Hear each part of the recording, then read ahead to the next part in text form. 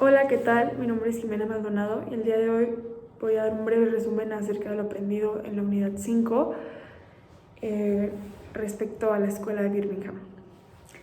Bueno, para empezar, creo que es importante subrayar el contexto en el que se dio esta corriente del pensamiento, que es alrededor de los 50, en época de la posguerra, donde Inglaterra empieza a darse cuenta de su nueva realidad y empieza a reaccionar de manera diferente a ciertas cosas. Entre ellas surge el laborismo, que es un movimiento que busca empoderar al trabajador.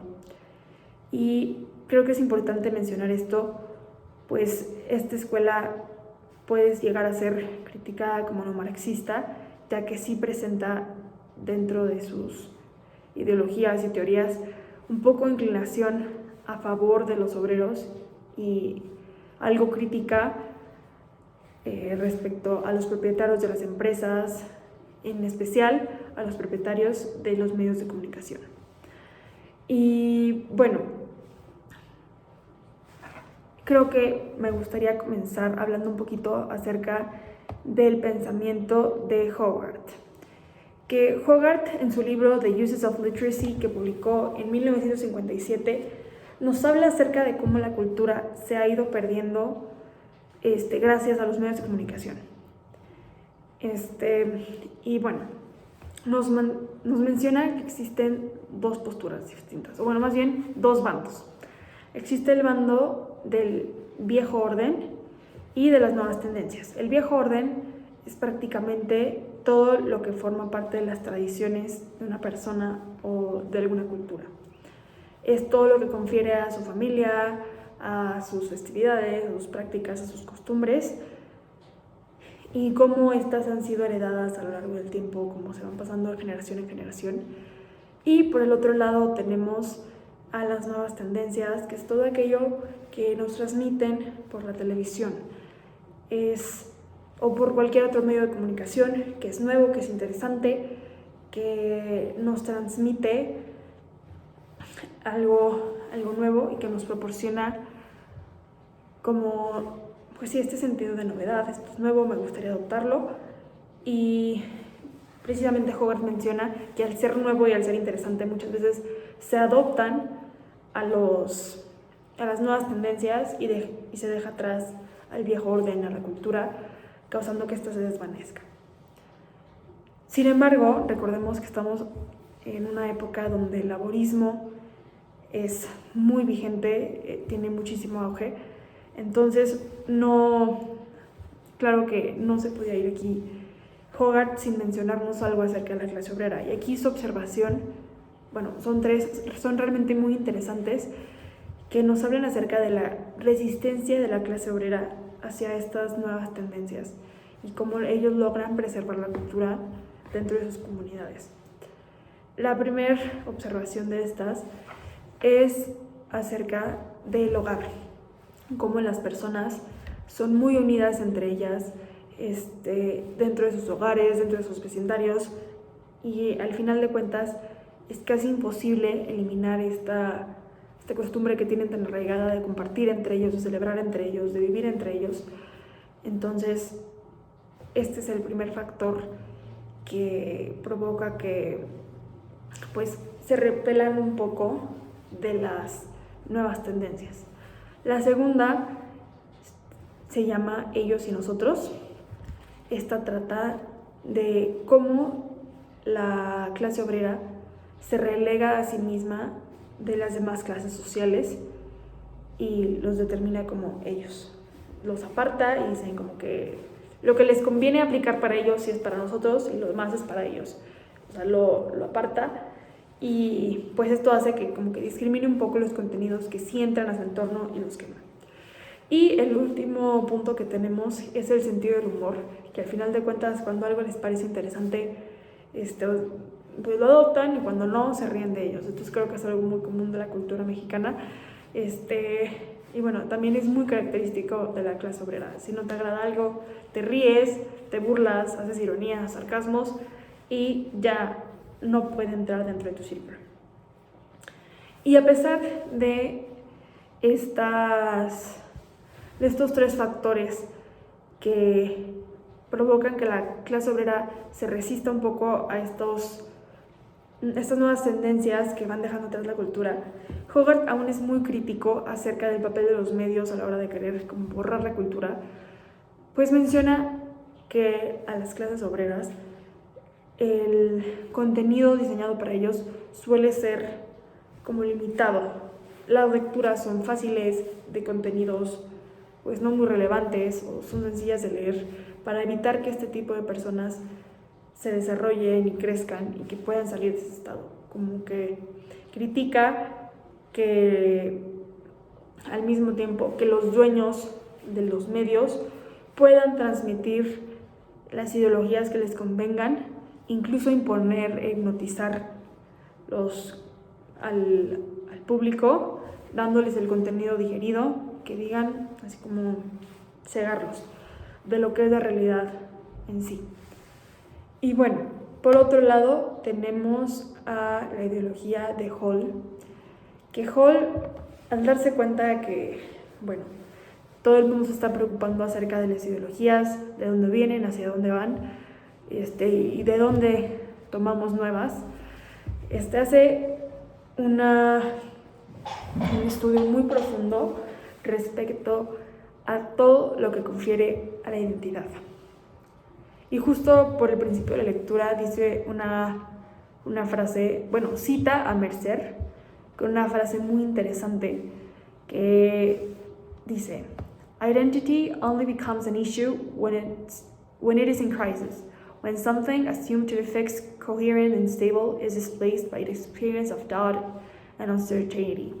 Esto quiere decir que él dice, bueno, Mercer dice, y por lo visto Hall está de acuerdo con él, que la identidad solo se vuelve un problema, bueno, más bien el cambio de identidad solo se vuelve un problema cuando esta trae caos, pero si el hecho de que llegue una nueva identidad o de que se tomen nuevas costumbres, al final de cuentas es algo positivo, no muestra problema, no lo muestra como crisis.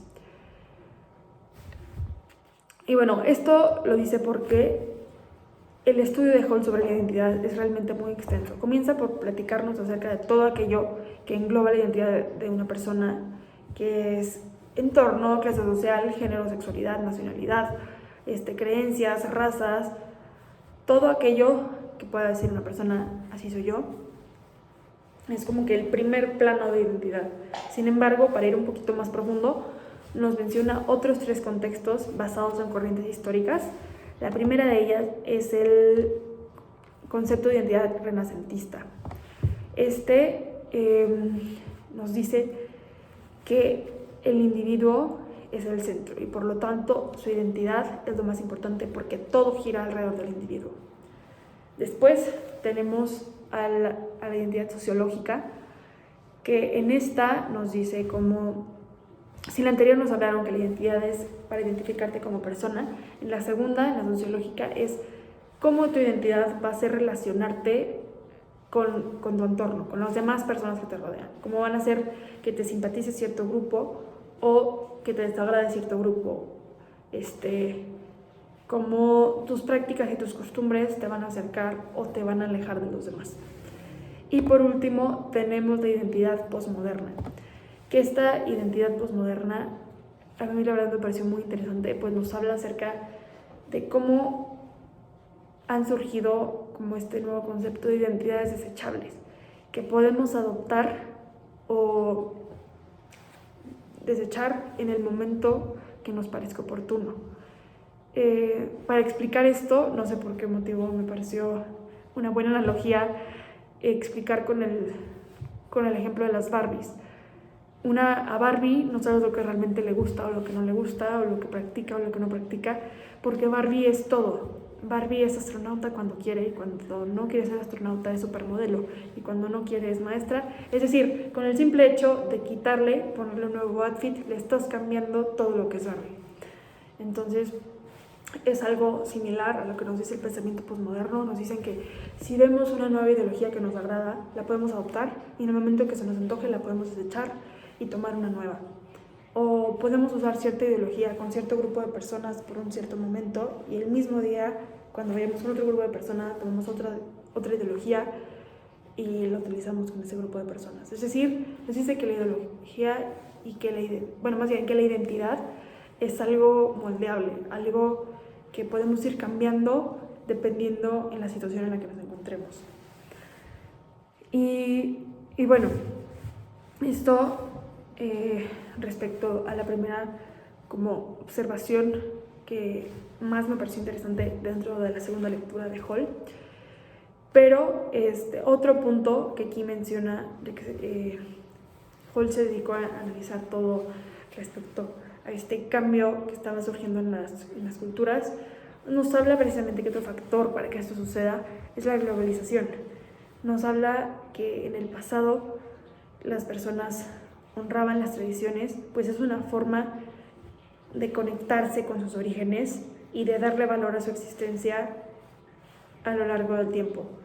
Y en cambio la globalización lo que hace es nos trae cosas nuevas y cosas nuevas y cosas nuevas, pues el mundo, a pesar de ser tan grande y cada vez tener más población, cada vez se vuelve más conectado. Entonces, digamos que son como polos opuestos. La tradición, digamos que como que forma lazos con el pasado y como que los va saboreando poco a poco, lentamente. Y la globalización es todo rápido, todo nuevo, chum, chum, chum, chum.